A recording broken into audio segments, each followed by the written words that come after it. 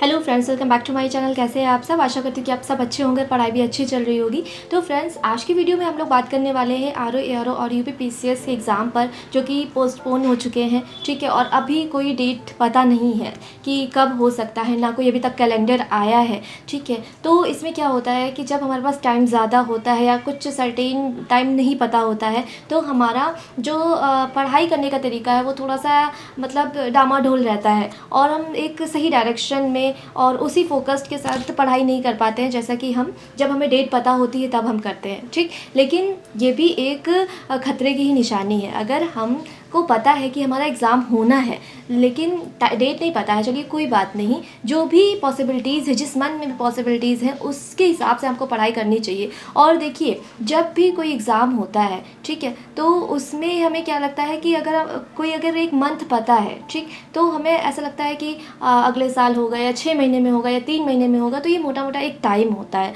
ठीक, तो इसमें क्या हम सोचते हैं कि अरे अभी हमारे पास तो टाइम बहुत ज़्यादा है। ठीक, लेकिन फिर अगर हम उसी हिसाब से स्ट्रेटजी बनाने के लिए बैठते हैं तो हम क्या देखते हैं कि हमारे पास टाइम कम पड़ने लगता है। इसीलिए मैं कहती हूँ आप लोगों से भी कि आप स्ट्रेटजी को बना करके पढ़ाई करिए। आप में से काफ़ी लोगों के कमेंट्स मेरे पास आ रहे हैं काफ़ी दिनों से आरओ एआरओ और पीसीएस को लेकर के, तो मैंने सोचा आज वीडियो बना देती हूँ, क्योंकि मैं आपसे यूट्यूब से जुड़ी हुई हूँ और आप में से जिसके भी डाउट्स होते हैं आप मुझसे पूछा करते हैं। तो आज का वीडियो इन्हीं सारे टॉपिक्स पर बेस्ड होने वाला है कि हम अपने टाइम को किस तरह से मैनेज करें जो आगे एग्ज़ाम होने वाले हैं और किस मंथ में एग्ज़ाम हो सकता है। इन सारी चीज़ों पर बात करेंगे। वीडियो को पूरा देखिएगा और अगर चैनल को सब्सक्राइब नहीं किया है तो कर लीजिएगा और शेयर ज़रूर किया करिए। तो चलिए स्टार्ट करते हैं आज का वीडियो।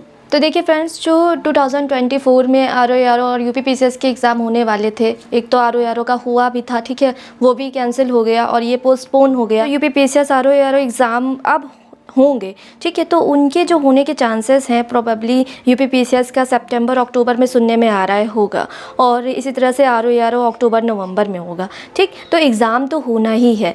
और अब अगर हम देखें तो जून हमारे पास पूरा बचा हुआ है, जुलाई बचा है, अगस्त बचा है, ठीक है, और मान लीजिए अगर सितंबर में होता है तो ये 3 महीने जो बचे हुए हैं, ये वैसे भी अगर हम लोग सही एग्ज़ाम अपने टाइम पर होता है तो भी हम लोग क्या करते हैं, 3 महीने प्रीलिम्स को देते हैं। ठीक है, तो अब ये मानकर मत चलिए कि बहुत ज़्यादा टाइम है और मेंस को पढ़ते रहें और प्री ना पढ़ें। ठीक, तो ये मत करिएगा।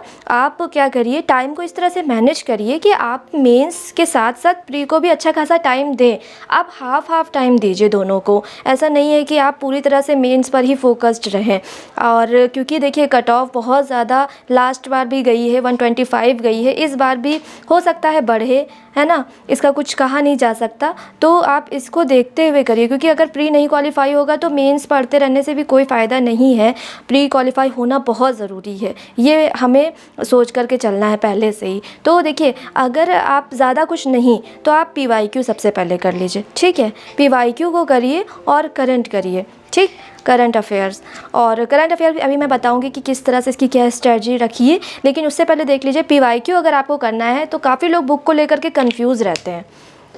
तो फ्रेंड्स देखिए, पीवाईक्यू के लिए आप ये दिशा पब्लिकेशन की बुक ले सकते हैं प्रीलिम्स की। इसमें बहुत ही अच्छी तरह से पीवाईक्यूज़ दिए हुए हैं, ईयर वाइज सॉल्व पेपर दिए हैं। ठीक है, इसमें आपको 14 साल का जो जीएस का पीवाईक्यू है वो मिल जाएगा 2010 से लेकर के 2023 तक, और साथ में ही आपको 8 साल के जो सी सेट के पेपर हैं, पेपर 2 सी सेट होता है ना, वो भी मिल जाएगा 2016 से लेकर के 23 तक। इसमें जो आंसर्स दिए हुए हैं फ्रेंड्स, वो पूरी तरह से जो यूपी पीसीएस के आंसर की है उससे वेरीफाइड है। ठीक है, तो ये आपके जो भी स्टेट पीसीएस के एग्ज़ाम होते हैं, यूपीएससी या यूपी पीसीएस, मतलब ये सब में हेल्पफुल होने वाली है। तो इसको आप अच्छी तरह से पढ़ लीजिए, एक बार देख लीजिए, खास करके यूपी पीसीएस के लिए। देखिए, इसमें मैं आपको दिखा दे रही हूँ, इस तरह से आप देख लीजिए अपना 2023 तक के आपको पूरे पेपर दिए हुए हैं। और सॉल्यूशन में देखिए जितने 4 ऑप्शन होते हैं ना, इसमें कोशिश यही की गई है कि चारों ऑप्शन को कवर किया जाए और एक एक्सप्लेनेशन अच्छा दिया जाए। तो यहाँ पर देखिए खाली पार्ट के बारे में पूछा था और यहाँ आपको सारे पार्ट्स कॉन्स्टिट्यूशन के दे दिए गए, तो आप एक नज़र में पीवाईक्यू करते हुए काफ़ी चीज़ें कवर कर सकते हैं। तो ये मतलब एक तो एररलेस है, ठीक। और दूसरी चीज़, इसमें एक्सप्लेनेशन बहुत अच्छा दिया हुआ है, तो ये प्रीलिम्स की प्रिपरेशन के लिए काफ़ी आपकी हेल्प कर सकती है। तो आप इसको देख लीजिएगा, मैं लिंक आपको डिस्क्रिप्शन में दे दूँगी। साथ में जो लोग हिंदी मीडियम के हैं वो भी परचेज़ कर सकते हैं। ये हिंदी मीडियम की बुक है, इसी की, दिशा पब्लिकेशन की। तो फ्रेंड्स, ये है दिशा पब्लिकेशन की बुक, आप अच्छे से देख लीजिए। 2900 MCQs आपको इसमें मिल जाएंगे। ठीक है, 5th एडिशन आपको लेना है।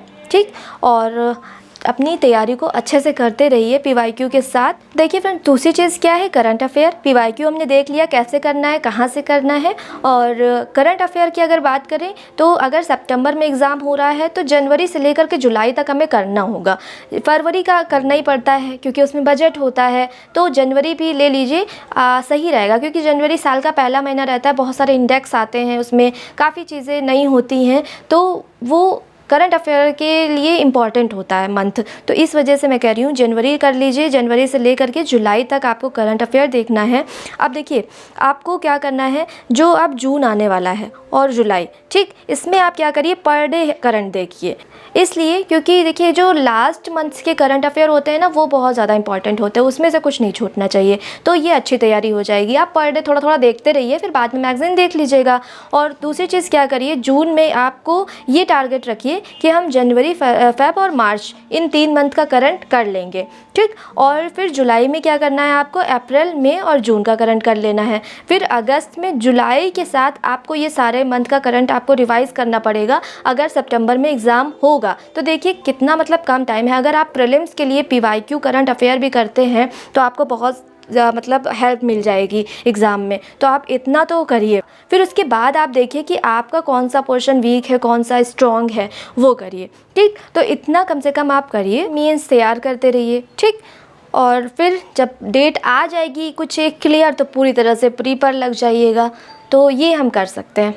तो फ्रेंड्स, ये बेसिक सी चीज़ें हैं, ये तो आप करते ही रहिए। ठीक है, और इसके साथ ही क्या करिए, जैसे कि आपका मन, अगर आप घर में रहते हैं या आप रूम में रहते हैं, अगर मन नहीं लग रहा है पढ़ने में या आप 8-10 घंटा नहीं पढ़ पा रहे हैं, तो आप लाइब्रेरी ज्वाइन कर लीजिए। जब टाइम ज़्यादा होता है हमारे पास तो लाइब्रेरी सही रहती है। जैसे एग्ज़ाम का टाइम पास आ गया, आप रूम में भी कंसंट्रेशन के साथ पढ़ सकते हैं। लेकिन अगर टाइम ज़्यादा है तो उसमें क्या होता है कि पढ़ाई उतनी अच्छी तरह से नहीं हो पाती है। जैसे मैं अपना बताऊँ, मैंने भी लाइब्रेरी ज्वाइन कर ली है, और वो इसलिए की है क्योंकि रूम में मैं रहती हूँ तो ओवर थिंकिंग ज़्यादा होती है और इधर उधर दिमाग भटकता है। इससे अच्छा है कि पढ़ते लोगों को देखो और उन्हीं के साथ अपनी भी पढ़ाई हो जाती है। ठीक है, और थोड़ा सा माइंड भी फ्रेश रहता है। अब इसके भी कुछ, लाइब्रेरी के भी कुछ ड्रॉबैक्स हैं। जैसे कि आप लाइब्रेरी अगर आपने ज्वाइन कर ली और आपने खूब ज़्यादा से फ्रेंड्स बना लिए, तो फिर वहाँ भी आपको डिस्टर्बेंस होगा। तो कोशिश करिए, अगर आप लाइब्रेरी ज्वाइन भी कर रहे हैं तो वहाँ भी आप 1 से 2 फ्रेंड्स बनाइए, जिनके साथ आप थोड़ा बहुत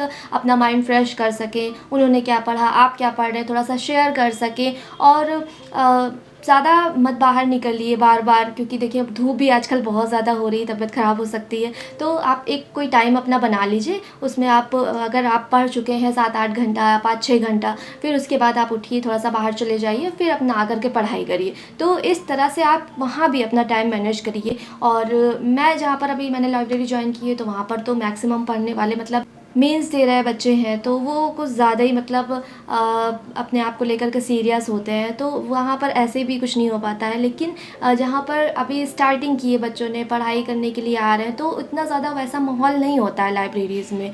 तो आप अपने, आपका फ़ायदा किस चीज़ में है, आप वो सोचिए। ये नहीं कि आपके फ्रेंड्स बन गए हैं और कुछ ऐसे भी लोग होते हैं जो बड़ा चिल होते हैं पढ़ाई को लेकर के स्टार्टिंग में। तो आपको ऐसा नहीं करना है। अगर आपको जल्दी क्वालिफाई करना है तो आपको उसी हिसाब से पढ़ना भी पड़ेगा, है ना। आपको अपना टाइम देखना होगा कि अपने आप को एक टाइम दीजिए कि मुझे 1 से 2 साल में इसको कंप्लीट करना है, मतलब इससे बाहर निकलना है। क्योंकि देखिए, जब हम प्री क्वालिफाई करने लगते हैं, मेंस में पढ़ जाते हैं, तो ऐसा होता है ना कि छोड़ नहीं पाते हैं प्रिपरेशन को। तो कोशिश ये करिए कि एक होलिस्टिक वे में आप पढ़ाई करिए। आप मेंस तैयार करिए, आप प्री तैयार करिए, फिर आप एग्ज़ाम में देखिए, बैठिए। तो फिर उसमें क्या होता है कि क्वालिफाई होने के, ठीक है, सेलेक्ट होने के चांसेस ज़्यादा होते हैं। अगर आप मेरी वीडियोस देखते हैं, मेरी जर्नी देख रहे हैं, तो आपने सीखा होगा इस चीज़ को कि मेंस का तैयार होना कितना ज़्यादा ज़रूरी है। आप इस चीज़ को ध्यान में रख करके तैयारी करिए। और जो लोग नए हैं, मैंने बुक लिस्ट की वीडियोस पहले बनाई हुई हैं, स्ट्रेटजी की वीडियो बनाई हुई है, आप एक बार देख लीजिएगा। और अगर आपको फिर भी कोई कन्फ्यूज़न है तो आप पूछ सकते हैं मुझसे, ठीक है, कमेंट करिएगा। मैं आपके जो भी क्वेश्चन हैं उनके आंसर करूँगी। इसी तरह से मैं वीडियोस बनाती रहती हूँ, और जो लोग 2025 की प्रिपरेशन करना चाह रहे हैं और उसके लिए कंफ्यूज्ड है तो उन पर भी मैं एक वीडियो बना दूँगी जल्द ही। काफ़ी दिनों से आप लोग कमेंट कर रहे हैं, मुझे पता है। मैं कोशिश करती हूँ जल्द ही एक 2025 पर वीडियो लेकर के आऊँगी, ठीक है। तो चलिए मिलते हैं नेक्स्ट वीडियो में। अपना ध्यान रखिएगा। All the best. Bye bye.